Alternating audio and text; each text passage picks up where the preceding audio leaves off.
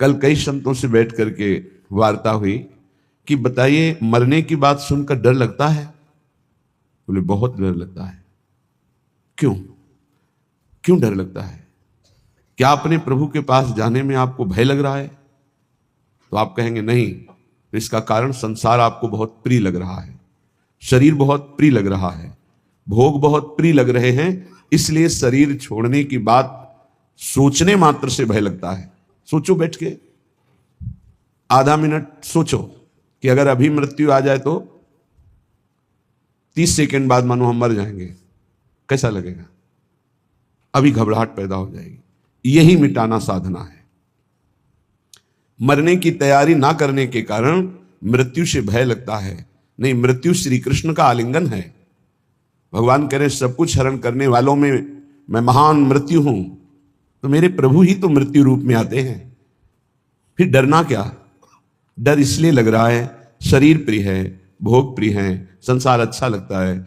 नाली का कीड़ा भी यहां बहुत अच्छे से जीना चाहता है, ऐसे उसको बहुत अच्छा लगता है, कभी प्रलय ना हो, कभी नाश ना हो, और ये मुझे नाली में रहने को मिले। शूकर अपनी इच्छा चाहता है, सब अपनी अपनी इच्छाओं में ही जीना चाहते हैं, इसीलिए मरने से भय लगता है।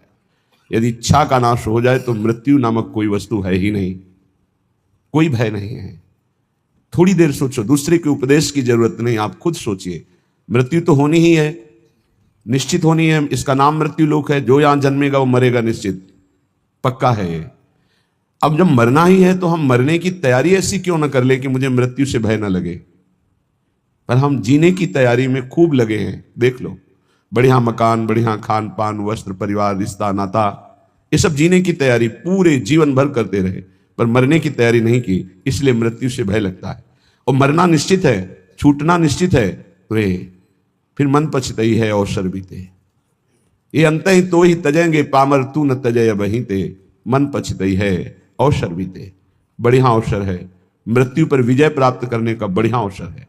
श्रीपाद प्रबोधानंद जी महाराज कह रहे हैं, शोढ्वापि दुःखानि सुदुस्सहानि त्यक्त्वाप्यहो जाति कुलादिकानि भुक्त्वा स्वापकैरपि थुत्कृतानि बृंदाटवी वासमहं करिष्ये। शोढ्वापि, यदि मेरे शरीर में भयानक रोग रूपी दुख हो, या बाहर विपत्ति रूपी दरिद्रता रूपी दुख हो, तो भी मैं अब अपने लक्ष्य से विचलित होने वाला नहीं। ये मृत्यु पर विजय प्राप्त होने की तैयारी है। शोढ्वापि दुखानि सुदुस्सहानि, जो सहा नहीं जा सकता ऐसा दुख। आप विचार करेंगे कि जो ऐसा दुख है उसमें भजन कैसे हो सकता है। गुरु कृपा से देखा है, जब ऐसा भयानक दुख होता है तो एक अंतर में कोई ऐसी जगह है जहां बिल्कुल दुख स्पर्श नहीं कर रहा होता, केवल दुख का वो दृष्टा होता है, केवल दुख को देख रहा होता है, दुख को भोग नहीं रहा होता। उस समय भी एक अद्भुत आनंद, जैसे हम सामने आग लगा हुआ देख रहे हैं दृश्य, पर हम आग से बहुत दूर हैं, ऐसा अनुभव होता है। इसलिए जब तक आप नाम जप नहीं करेंगे, जब तक आप भगवत आराधना नहीं करेंगे, तब तक आप दुखों को सहन करने में असमर्थ रहेंगे, और जहां दुख आया तहां फिर भजन नहीं बनेगा। कल एक उपासक एकांतिक में प्रश्न कर रहे थे कि बहुत कृपा है हमारे ऊपर प्रभु की, खूब नाम जप करते रहे, पर अब हमारा शरीर अस्वस्थ हो रहा है, अब भजन में रुचि नहीं रह गई। ऐसा कैसे हो सकता है कि आपका खूब नाम जप चल रहा हो, खूब अच्छा लग रहा हो, फिर भजन छूट जाए रोग में? और साधारण रोग, शुगर हो जाना, ब्लड प्रेशर हाई लो हो जाना, ये तो सबके लगभग लगभग है। कोई बिरला ही बचता है जिसके शरीर में रोग ना हो, ये कलिकाल है। अगर रोग इस साधारण आने पर आपका भजन छूट जाता है, तो असाध्य रोगों में क्या करेंगे आप? तो फिर प्रभु को भूल ही जाएंगे। तो आपकी तैयारी क्या रही? तैयारी तो इसी बात की है कि भारी विपत्ति बाहर और अंदर शरीर रोग ग्रसित पर हम आपका भजन नहीं छोड़ेंगे। शोढ्वापि दुखानि सुदुस्सहानि, ऐसा दुख जो सहा नहीं जा रहा, उस समय भी हम राधा राधा राधा राधा ऐसा रटेंगे। त्यक्त्वाप्य हो जाति कुलादिकानि, हमारे कुल के, हमारे जाति के, हमारे परिवार के त्यक्त्वा, हमें त्याग दे, तो भी मैं ऐसी परिस्थिति में भी प्रभु का स्मरण नहीं छोड़ूंगा। भुक्त्वा स्वापाकैरपि थुत्कृतानि, बहुत ऊंची बात कह रहे हैं। यदि मुझे श्रीधाम वृंदावन का वास मिले, आश्रय मिले, और मुझे नीच जनों का जूठन पाना पड़े तो मैं वो पा करके रहूंगा, पर अब मृत्यु की तैयारी में कसर नहीं रखूंगा, अब मृत्यु पर विजय प्राप्त करूंगा। धाम का आश्रय लेकर सत्संग करते हुए नाम वाणी में ऐसा चित्त डुबूंगा कि शरीर अस्वस्थ हो तो भी भजन न रुके, भारी विपत्ति हो तो भी भजन न रुके, परिवार के लोग हमें त्याग दें तो भी भगवद आश्रय न छूटे, और हमको जूठन मांग के खानी पड़े तो भी भगवद आश्रय नहीं छोड़ेंगे। ऐसे पुरुष को परम पद की प्राप्ति होती है। इतना धैर्यवान होना चाहिए। ये छुटपुट विपत्तियां, रोग, ये हमारे पाप कर्म के प्रभाव से ही आते हैं। हमको आनंद पूर्वक सहना सिखाता है सत्संग, शास्त्र, भजन, ये सामर्थ्य देता है। भजन नहीं तो बातों से नहीं सह पाओगे। इसीलिए यावत स्वस्थमिदम कलेवरम यावत च दूरे जरा, जब तक आपका स्वास्थ्य ठीक है, वृद्धावस्था दूर है, तब तक भजन कर लो। ऐसा अभ्यास कर लो कि किसी भी स्थिति में भजन न छूटे।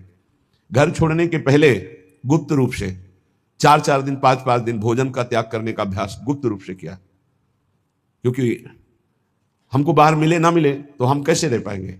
पहले तैयारी की जाती है। एक एक को मृत देखा, एक एक को मृत देखा, माँ को, परिवार को, सबको। जब अंदर आ गया कि सब ये शरीर मृत हैं, और अंदर ही आ गया कि कई दिन भोजन न मिलने पर भी मैं भजन अपना नहीं छोड़ पाऊँ, नित्य निरंतर भजन करते हुए मैं बाहर परिवार से, भोजन से, सबसे विलग होकर के भी जी लूंगा। पहले अभ्यास किया, फिर निकल पड़े। जब निकल पड़े तो कदम पीछे नहीं, आगे।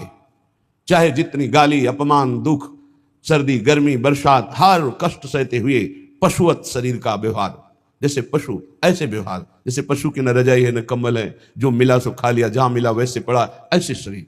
तब वो जाकर के अंदर वेदना जागृत हुई, कैसे ब्रह्मबोध हो, कैसे भगवत प्राप्ति हो। अब तो जीवन का लक्ष्य केवल भगवत प्राप्ति। तब जहां कहीं भी चित्त की वृत्ति विषय संयोग के लिए लालायित हुई, वहीं रो रो कर प्रभु से प्रार्थना, प्रभु बचाओ, ऐसी वृत्तियों से बचाओ जो आपसे विमुख कर रही। बस एक ही उपाय मिला है आज तक विषयों पर विजय प्राप्त करने का, रो कर भगवान से प्रार्थना करना। नहीं, विषय इतने प्रवीण है कि इंद्रियों को बलात् अपने में तन्मय कर लेते हैं। इंद्रियां इतनी प्रबल है कि मन को बलात् अपने में अधीन कर लेती। मन इतना प्रबल है कि बुद्धि को अधीन कर लिया। बुद्धि इतनी प्रबल है कि जीवात्मा उसी में तन्मय होकर भोगों में लग गया। ये कहने में इतना समय लगा, तन्मय होने में इतना भी समय नहीं देता। विषय 1 सेकंड में तन्मय करा देता है। जहां तन्मय हुआ वहां भ्रष्ट हुआ। इसलिए कैसी भी परिस्थिति हो, भजन का अभ्यास कर लो। जीवन में एक ही बात दृढ़ निश्चय रही गुरु प्रताप से, हमारा स्मरण न छूटे। बस उसके लिए पूरा जीवन लगा दिया गया है, स्मरण न छूटे। हजारों के बीच में या एकांत में, भूख प्यास में या छके हुए, अपमानित होकर या सम्मानित होकर, सर्दी, गर्मी, बरसात, कोई भी परिस्थिति हमें भगवान से विमुख न कर पावे। कोई कहने वाला थोड़ी था परमार्थ में जब चले, कोई सिखाने वाला थोड़ी था। एकमात्र परमात्मा स्वरूप गुरुदेव हर समय साथ रहते, हमारे दिमाग में रहते। 3 बार गंगा स्नान, चाहे सर्दी हो, चाहे गर्मी हो, चाहे बरसात हो। एक ब्रह्म मुहूर्त 3 बजे 4 बजे के बीच में जब भ्रमण करते थे, अगर कहीं रुके तो 2 बजे के बाद उठकर गंगा किनारे पर भ्रमण में ऐसी, क्योंकि पता नहीं कौन कहाँ घाट है, कहाँ स्नान करना है, तो 4 बजे के लगभग। फिर 9 और 10 के बीच में एक स्नान, और फिर 3 और 4 के बीच शाम। ये शौच लगे न लगे उससे नहीं, 3 बार त्रिकाल स्नान करना और त्रिकाल आराधनाएं कुछ गुरु प्रदत्त। अपने को जब तक आप दुख सुख में समान रखकर साधना में भाव नहीं रखेंगे, तब तक आप नहीं चल सकते। क्योंकि ऐसी परिस्थितियां माया डाल देगी।